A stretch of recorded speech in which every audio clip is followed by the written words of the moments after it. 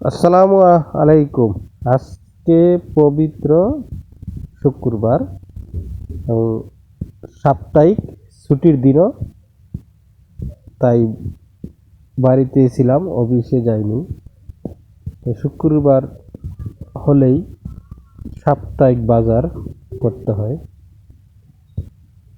আজকে বাজার সকাল সকালই গিয়েছিলাম, সেখান থেকে কিছু মাছ কিনলাম, দেশি কই মাছ এবং শিং মাছ। এখানে কোনো ভেজাল নাই বা চাষ মাছ নাই, দেশি মাছ। পাশাপাশি দুটি কার্পু নিলাম বড় সাইজের, ভিতরে ডিম নেই। আশা করি এটি সুস্বাদু। তার সাথে একটি বড় পাঙ্গাস নিলাম। যেহেতু শিং মাছগুলো একেবারেই তাজা এবং জীবিত, তাই এগুলো কোটার জন্য বা কাটার আগে লবণ দিয়ে নেবেন। আমরা মাছ টিউবওয়েলের পাশে কাটাকাটি করতেছে, তার দুই পাশে দুইটি মেহমান আছে ভিড়াল। তারা সবসময় সুযোগ খুঁজে কোন মাছটি নিয়ে পালানো যাবে।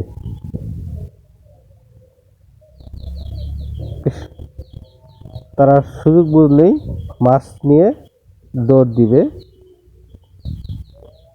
এজন্য লুকোচুরি করতেছে, বিভিন্ন জায়গায় লুকাইতেছে।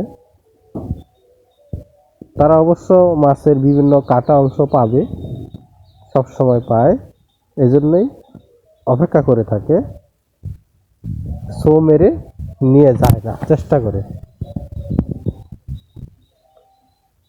মাছ প্রায় কাটা শেষ।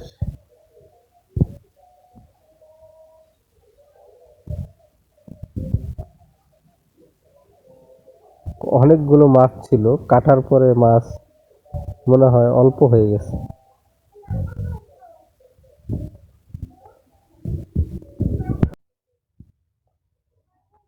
কই মাছ, পাঙ্কাশ মাছ, কার্পু মাছ।